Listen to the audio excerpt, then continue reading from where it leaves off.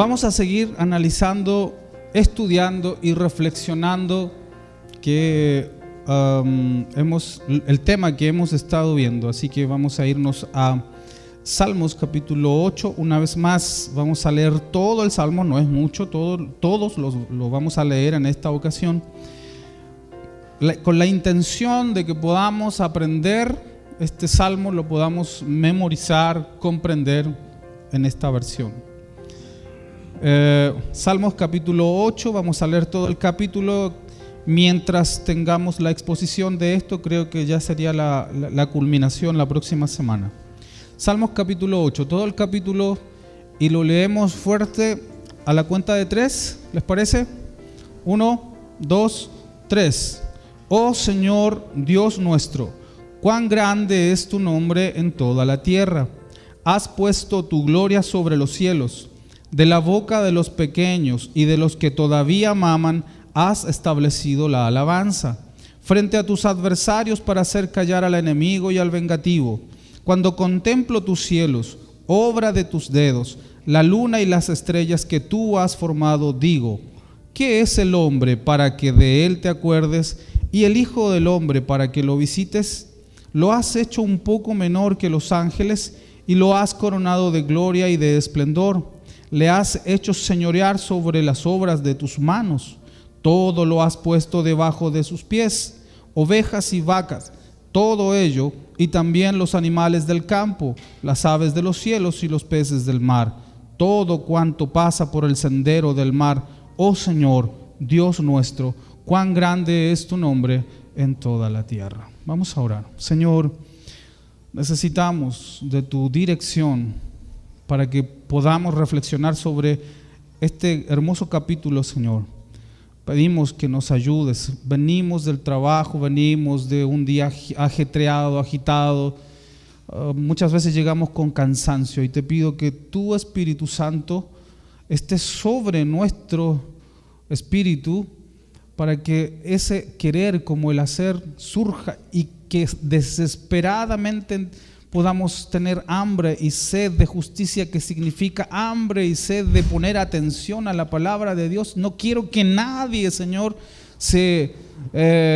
nada me desconcentre de lo que quieres decirme, y por eso te ruego, Señor, que coloques la disposición, la disponibilidad en el Espíritu de poder escuchar tu palabra. Te lo pido y ruego en el nombre de Jesús. Amén y amén. Amén.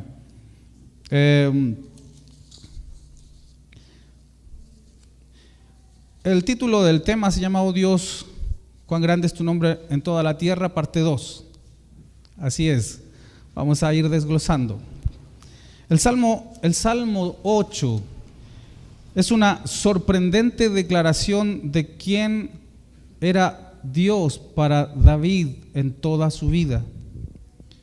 Como dije la semana pasada, David tenía una clara idea de quién es Dios. Ese es el tema que tenemos que tener en cuenta cada vez que nos acerquemos al Salmo capítulo 8. Tengamos en cuenta que esa es la idea principal de este Salmo. David tenía una clara idea de quién es Dios. Y esto es lo primero que debemos tener en cuenta a la hora de acercarnos a este capítulo. Y David es un ejemplo que debemos imitar para dirigir nuestros pensamientos, nuestra preocupación y reflexión a la idea de quién es verdaderamente Dios. ¿Por qué es importante esto? ¿Por qué es importante tener claro de quién es Dios en el mundo, en la vida, como lo dijimos la semana pasada? ¿Por qué es importante esto? Porque cualquier cristiano que no tenga una clara idea de quién es Dios tiene una fe débil. Cualquier cristiano que no tenga clara la idea de quién es Dios tiene una fe débil. Una fe débil se transforma solamente en una religión. El ir a la iglesia, cada una de sus actividades que ha llevado por años, por tiempo, porque el papá lo ha llevado, porque el esposo lo ha llevado, porque la esposa lo ha llevado, porque por algún motivo llegó a la iglesia, se transforma solo en una religión y nada más. Por eso tener una clara idea de quién es Dios Es importante para no tener una fe débil, para no tener una fe que claudique. Porque un cristiano que no tenga claro de quién es Dios en sus circunstancias, su vida será débil, tambaleará o será temblorosa. Un cristiano que no tiene una fe genuina en su vida, todas sus circunstancias, todo lo que pase en su vida, todo eso hará que su fe sea débil. Sus circunstancias lo absorban, sus circunstancias sean mayor que el Dios que tiene. Por eso es importante que un cristiano verdadero tenga claro quién es Dios en su vida. Porque un cristiano que no tiene claro quién es Dios en su vida, cuando hay tentaciones, cuando hay tribulaciones, cuando hay persecución, cuando existan enfermedades, cuando pase por soledad o cuando tenga decisiones importantes que tomar, corre el riesgo que su fe desmaye, porque no tiene una idea de quién es Dios ante su entorno. Por tal motivo, tener una clara idea de quién es Dios nos hace tener una fe inamovible. Tener clara la idea de quién es Dios nos hace tener una fe inamovible, una fe genuina, una fe que por nada del mundo se mueve, sean las circunstancias que sean. Pase lo que pase, suceda lo que suceda.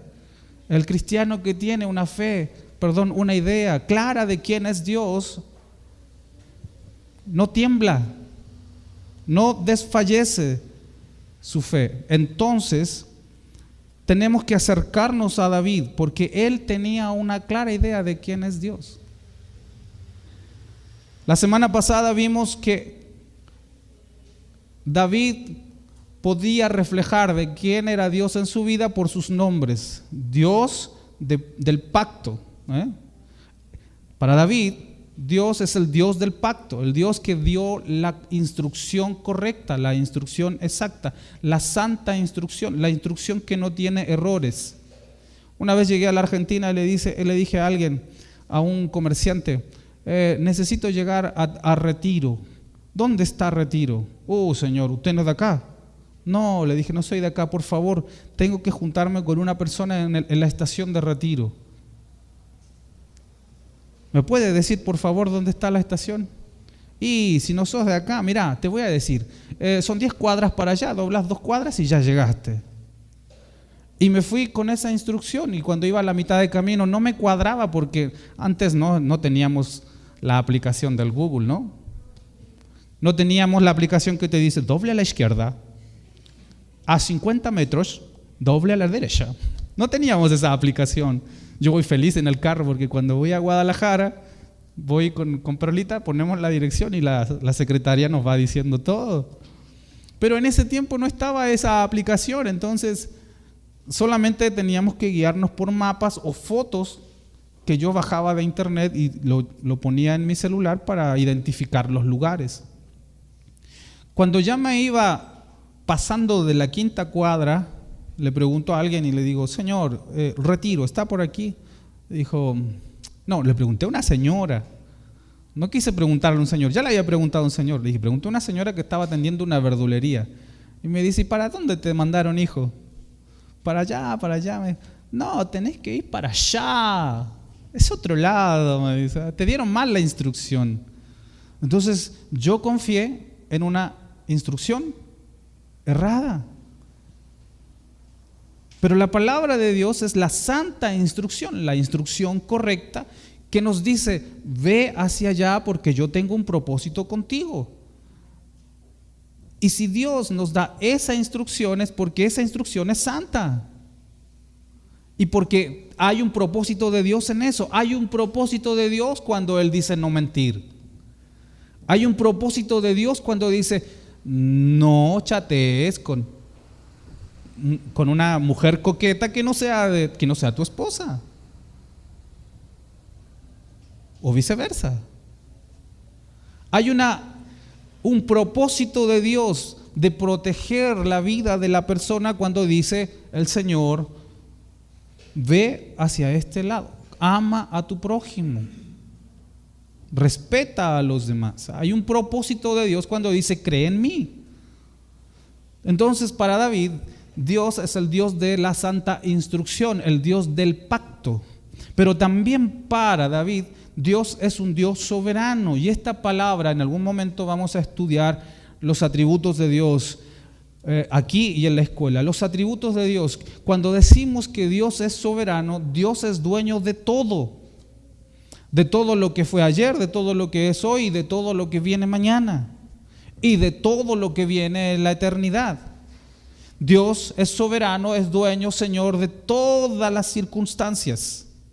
Y David lo tenía muy claro. Y él no se avergüenza de decir, oh Señor, Dios nuestro, cuán grande es tu nombre en la tierra. Mientras David no se avergonzaba de hablar de Dios, muchos cristianos sí se avergüenzan de decir soy cristiano y de que mi Dios es poderoso y de que mi Dios es soberano y de que mi Dios tiene la verdadera instrucción. Muchos se avergüenzan de eso.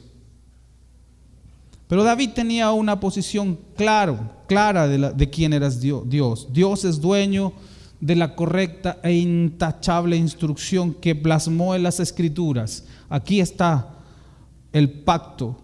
Dios es dueño de la vida y Dios es dueño de todo lo que nos ha prestado para administrar cosas como la familia, los recursos y todo lo que nos ha dado le pertenece a Dios.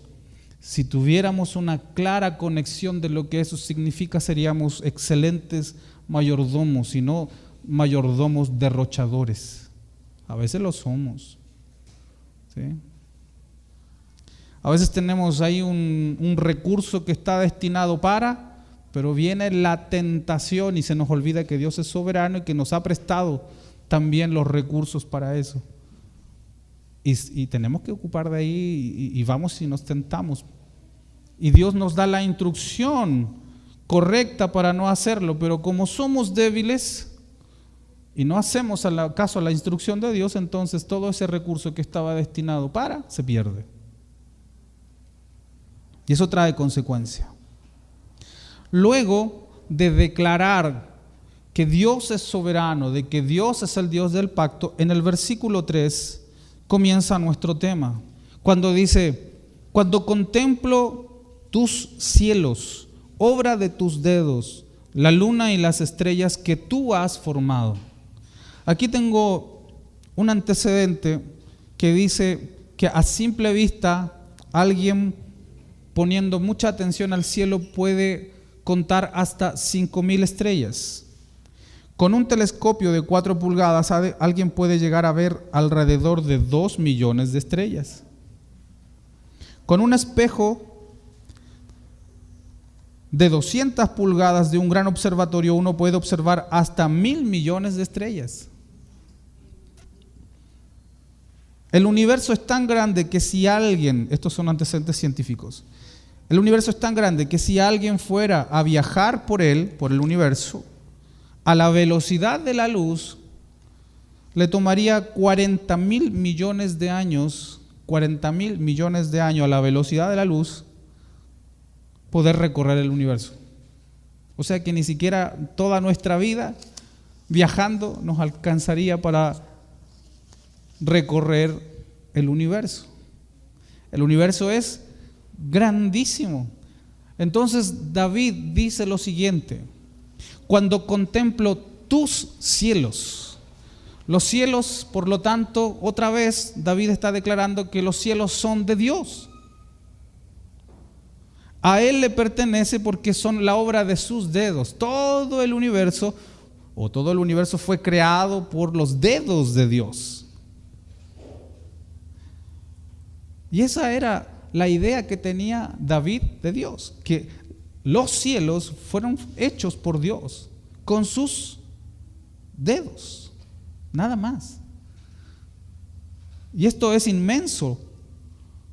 ¿Por qué? Porque tanto tiempo atrás y ya David tenía claro el concepto de quién era Dios. Digo esto porque hay cristianos que esta palabra les cuesta un poco creer, porque para poder tener alguna conciliación con sus amigos evolucionistas, intentan pensar en una mediación para justificarse ante ellos con una postura que concilie la fe con la ciencia. Digo esto porque quizás nosotros no lo vemos mucho aquí, pero hay personas que intentan poder justificar la ciencia con la Biblia y ponen una perspectiva, no, es que la Biblia sí habla acerca de estos misterios que hablan los científicos. Y sí, probablemente la ciencia encuentre y descubra y podamos concordar con ellos que la ciencia pueda descubrir, encontrar muchas cosas del universo. Probablemente la ciencia tenga una explicación mucho mejor que nosotros de cómo fue el proceso de la creación y cómo fue la expansión del universo. Pero al final de todas las cosas, de todas las investigaciones, por lo menos yo, le voy a creer a lo que dice la Biblia.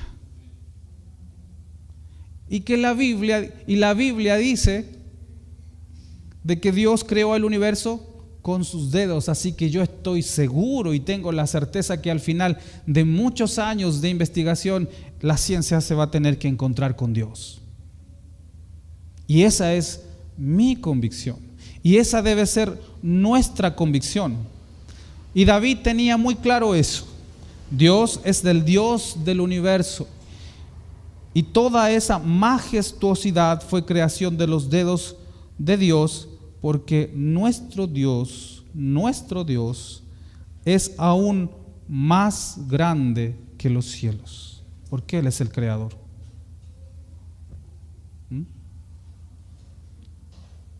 Ahora el verso 4 dice, luego de describir la grandeza de Dios, expone ahora la honra que ese gran Dios le dio a la raza humana. En el versículo 4 dice, digo, ¿qué es el hombre para que de él te acuerdes, y el Hijo del Hombre para que lo visites? Es un texto conocido, ¿no? Luego de hablar y de reconocer la majestad de Dios, pregunta, ¿qué es el hombre? ¿Qué es el hombre? Yo creo que nadie de nosotros estaría dispuesto al ver una hilera de hormigas que va hacia una inundación. Yo creo que nadie estaría dispuesto a hacerse hormiga para salvar a las hormigas que van en peligro, sabiendo de que la van a matar, porque va a llevar un mensaje de perdición. Yo creo que nadie de nosotros al ver una hilera de hormigas se va a querer hacer hormigas. Dije una ilustración similar hace un tiempo atrás, parecido a esto. Pero el Señor, que no se compara su grandeza con esta ilustración de las hormigas, el Señor envió a su Hijo y visitó a la humanidad para traer redención, a pesar de que sabía de que lo iban a matar. Y eso es increíble. Entonces, cuando nosotros ponemos nuestra atención en ese Dios que, siendo tan grande, siendo tan majestuoso, creador de los planetas, galaxias y el universo, puso su amor en la raza humana, en el hombre, como dice la Biblia, y le dio la oportunidad de ser salvado. Y cuando digo es la raza humana, estamos hablando de los hijos de Dios, sus escogidos, que somos nosotros. Por nosotros Dios se hizo hombre, se hizo menos que una hormiga, más bien una partícula, y aún así es una ilustración pequeña. Pero un punto importante de reflexión será para nosotros el siguiente: si yo no sé quién soy en la vida, jamás podré saber para qué existo. Si yo no sé quién soy, qué es el hombre? ¿Qué soy yo? Si yo no sé qué soy o quién soy, jamás podré saber para qué existo. Entonces, ¿Qué es el hombre? ¿Qué es el ser humano en la vida? Es lo que tenemos que preguntarnos hoy en esta noche. ¿Qué somos? ¿Para qué fuimos creados? ¿Por qué Dios permitió que nosotros existiéramos? ¿Por qué Dios permitió cada una de las circunstancias que tuvimos que pasar desde que fuimos bebés? ¿Para qué Dios pasó este tiempo tan largo para llevarnos y traernos aquí a conocer su evangelio? Esto no es tan difícil de desglosar, porque nosotros, sus hijos, fuimos traídos aquí a la tierra, a donde nosotros estamos. Fuimos traídos para ser adoradores. Ahora, ¿qué significa ser adoradores? Adoradores, ya lo hemos aprendido, adoradores son aquellos que procuran diligentemente al Señor, que en sus vidas el nombre del Señor sea levantado. Fuimos creados para la gloria del Señor. Entonces, la única manera de poder darle gloria al Señor constantemente, desde la mañana hasta la noche, es teniendo una conducta adecuada y viviendo según la palabra de Dios. Así es que nosotros somos adoradores. Somos adoradores porque nuestra vida, nuestra conducta, nuestra forma de ser, nuestro estilo de vida demuestra que quien vive en nosotros es Dios. ¿Y por qué Dios entonces quiere que nosotros seamos adoradores? ¿O con qué propósito soy un adorador? Para que el nombre de Dios sea levantado en mi vida, sea levantado en nuestras vidas. ¿Acaso Dios querrá un representante mentiroso, pecador, fornicario? ¿Querrá acaso Dios un hijo, un representante que mire pornografía?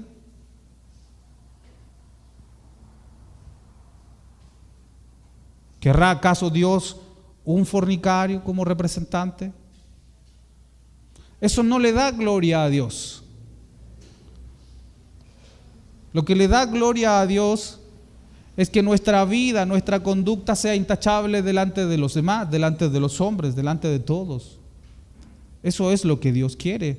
Y eso significa ser adorador. Un adorador, ya hemos dicho, no es cantar en la iglesia. Ser un adorador es tener una vida y una conducta adecuada delante de Él. Porque teniendo una conducta adecuada delante del Señor, su nombre se glorifica en nosotros. Ahora, vamos al punto que nos gusta mucho también y que son los beneficios de ser adorador. ¿Ustedes creen que Dios quiere tener a representantes suyos y esos representantes no sean bendecidos y respaldados por Él? Pues no. Porque cuando alguien va con una carta de un presidente para que se le abran las puertas, todo el mundo le abre las puertas. Si yo voy a nombre del presidente de la República a cualquier ministerio, a cualquier lugar, ¿me cerrarán las puertas? Entonces, si soy un fiel representante de Dios, Dios también promete estar con nosotros en todo lo que emprendamos. Y así está escrito en la palabra de Dios, ¿no? Escucha, como dice Deuteronomio, escucha, Deuteronomio 29, atentamente la palabra del Señor tu Dios y serán benditas, y comienzan las bendiciones. ¿Es acaso la voluntad de Dios de que nos vaya mal?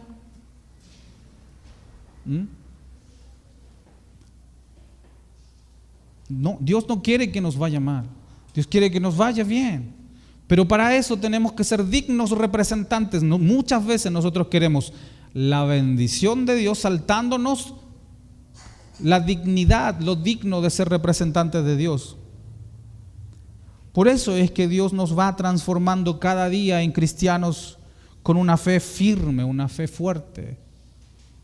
Nos hace pasar por procesos y a veces periodos de prueba, porque el oro se prueba en el crisol. Porque Dios quiere que resplandezcamos y que seamos dignos representantes de su nombre. Porque si nosotros tenemos una fe bien alimentada, la fe bien fundamentada nos otorga la victoria en todas las batallas que vamos a tener en la vida. Cuando viene una circunstancia difícil, no tiemblo.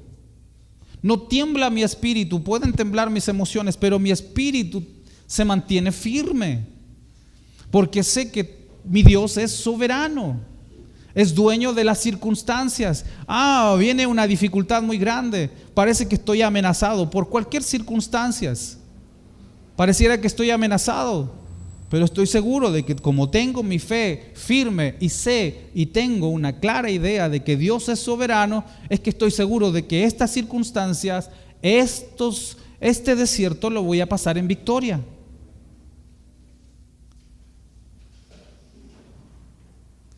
Por eso es que nosotros hemos sido creados para ser sus representantes, porque Dios quiere cristianos con una fe firme. El otro día le decía a Peralita, con la gente, porque hay gente con la que hablo mucho por ahí, que andan buscando iglesia, y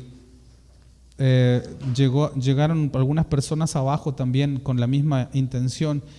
Y le digo, el problema a veces de que personas de que buscan iglesia dicen, vienen inconformes de sus iglesias y dicen, ¿por qué nuestra iglesia es tan desordenada? ¿Por qué en nuestra iglesia no hay disciplina? ¿Por qué en nuestra iglesia no hay palabra de Dios? Entonces busquemos una iglesia donde sí se predique, donde sí haya disciplina. Y llegan a una iglesia donde hay disciplina, no se quieren disciplinar. Dicen, no, esta iglesia es muy disciplinada y enseñan cosas que exigen mucho.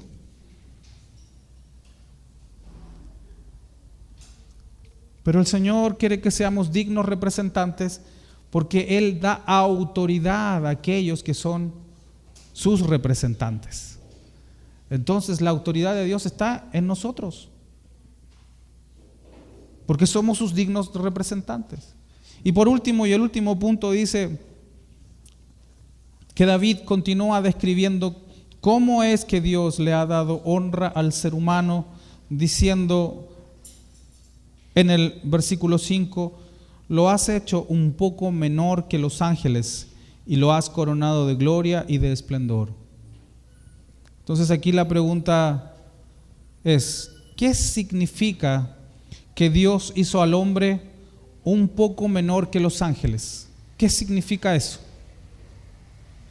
¿Qué quiere decir para nosotros que nos hizo un poco menor que los ángeles? Primero que nada hay que tener muy en claro lo que los hebreos pensaban o cómo pensaban. Los hebreos tenían una clara idea también de que el ser humano fue creado con un cuerpo y un alma. Lo que David está reconociendo es que las personas son un poco inferior a los ángeles porque los ángeles tienen dos cosas importantes o diferentes a nosotros ya. Hay dos cosas que los ángeles son a diferencia del hombre. Primero, los ángeles ya son espíritus. Así dice la Biblia. Eso es lo que enseña la Biblia. Los ángeles ya son espíritus y los ángeles ya son eternos. Esas son las dos cualidades que tienen los ángeles. Espíritus que ya son espíritus y son eternos. Y eso es lo que está declarando también David. Y esto es lo que tiene David en su convicción.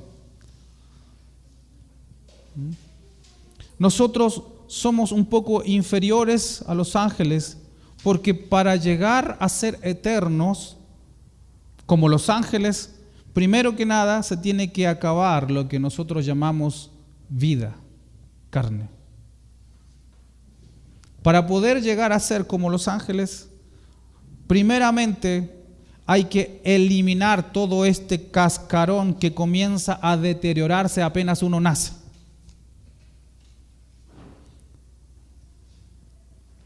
Así que será el proceso de cuando se acabe la vida y dejemos este cascarón que nos trae tentaciones, que se enferma, que tiene un carácter pecador, que constantemente está pecando, que constantemente se está enfermando, que constantemente está pasando por ira, que constantemente está pasando por angustias, que constantemente está pasando por soledad, que constantemente está pasando por situaciones complejas.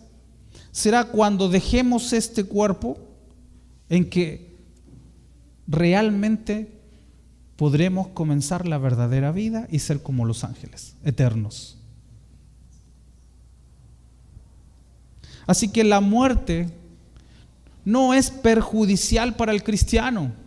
El proceso natural de la muerte es el término de ese periodo en el que fuimos casi, por decirlo de alguna manera, enfrascados en esta carne pecadora. El proceso de la muerte, el proceso natural de la muerte, es un término de algo que fue momentáneo, porque después de la muerte realmente vamos a vivir la eternidad.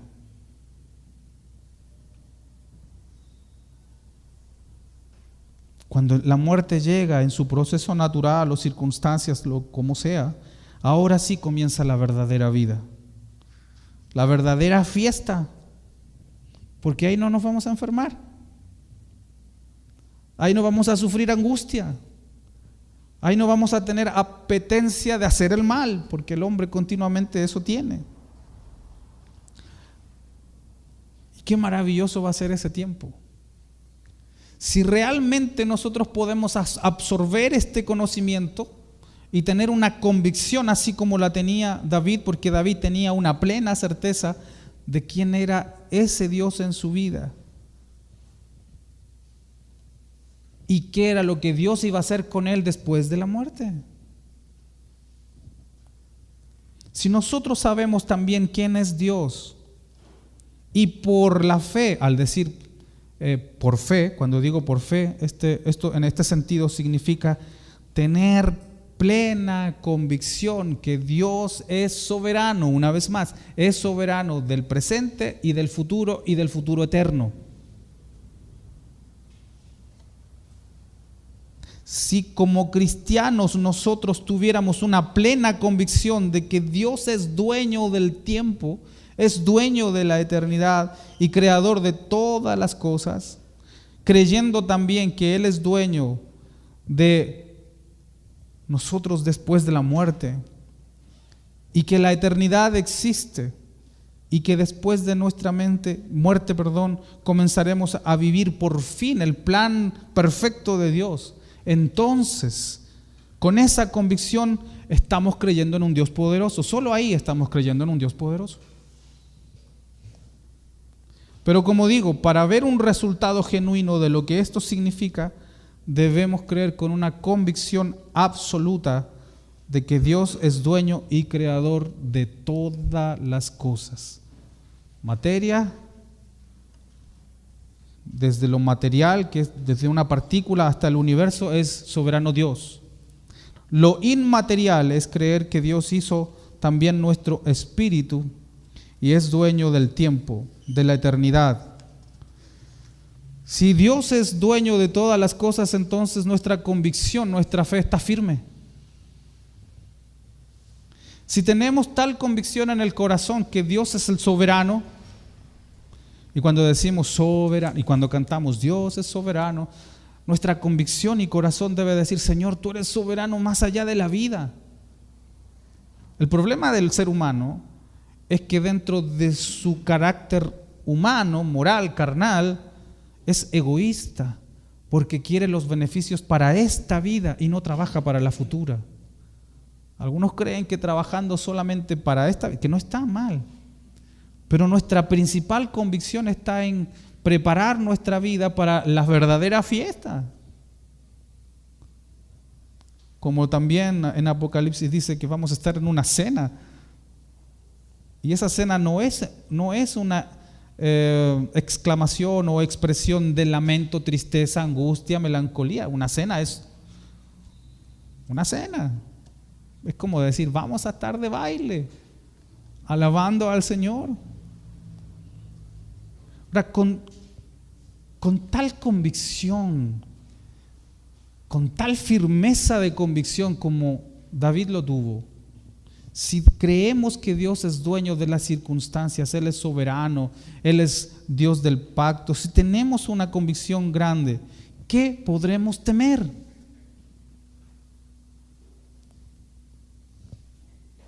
¿Qué podemos temer? Si nuestra convicción es vivir bajo las condiciones del Dios del pacto, si nuestra convicción es creer en el Dios soberano, ¿qué podemos temer? ¿Por qué hay miedo en el corazón a obedecer a la palabra de Dios? Si esto nos lleva a la eternidad, ¿por qué temer a sus instrucciones? ¿Por qué avergonzarnos del Evangelio? ¿Por qué avergonzarnos de lo que el hombre dice? Porque en ocasiones vemos a personas que tienen títulos de ciencia y tememos. Nosotros no tenemos esos títulos de ciencia, pero tenemos algo más grande, y es la palabra de Dios, que dice que Dios es soberano, y eso es suficiente. Mi convicción está en lo que ahí dice. Por eso los apóstoles también tuvieron una clara idea de quién es Dios y lo que venía después de la muerte. Ellos con gusto terminaron su proceso de vida en la tierra, porque ahora sí comenzaba para ellos la fiesta. Esteban dijo, ya veo al Señor sentado mientras lo apedreaban. El Señor Jesús no le temía a morir. Cuando el Señor iba a ser entregado, lo que más le dolía en su corazón era el proceso de que su propia creación,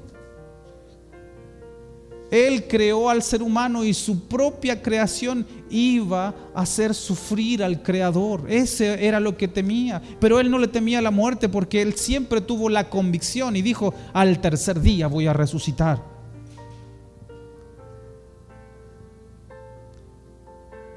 Él le temía más que temor. Él tenía un susto,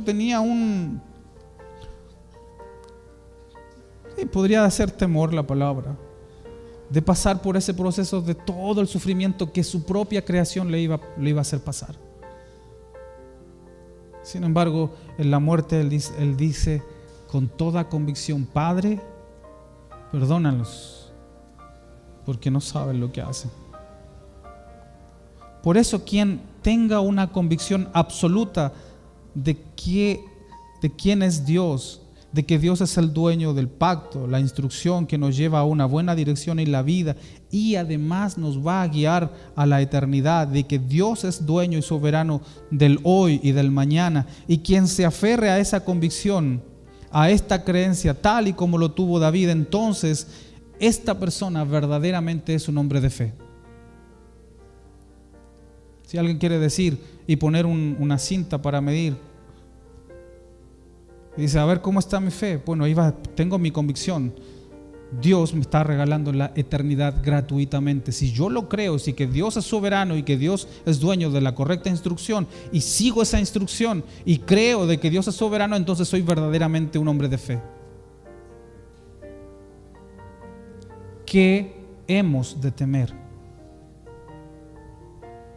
Y esa convicción tiene que entrar a nuestros corazones. Solo así vamos a poder entender lo que dice Pablo en Romanos 8:35, y con esto quiero terminar. Romanos 8:35 me gustaría que todos lo leyéramos, porque tanto David como Pablo tuvieron la misma convicción de quién es Dios. Romanos 8:35 al 39. Y esto me gustaría que es lo que se quedara en nuestros corazones y lo pudiéramos leer en voz alta todos juntos.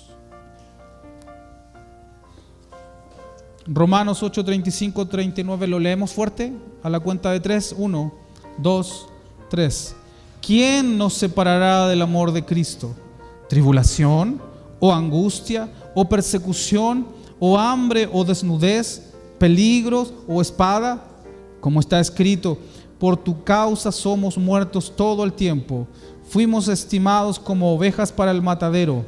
Más bien, en todas estas cosas somos más que vencedores por medio de aquel que nos amó. Por lo cual estoy convencido de que ni la muerte, ni la vida, ni ángeles, ni principados, ni lo presente, ni lo porvenir, ni poderes, ni lo alto, ni lo profundo, ni ninguna otra cosa creada nos podrá separar del amor de Dios que es en Cristo Jesús, Señor nuestro. Tarea: aprendérselo de memoria. Por último, el último versículo. Entonces, ¿qué hemos de temer? Si Dios es nuestro Dios soberano, si Dios es nuestro Dios del pacto. Por lo cual, en esta noche, la intención de este tema es de que salgamos convencidos de que nuestra fe es genuina, porque tenemos a un Dios que con sus dedos hizo todo el universo, y ese Dios nos eligió a nosotros para ser sus hijos, sus representantes. ¿Qué hemos de temer? Amén. Oramos.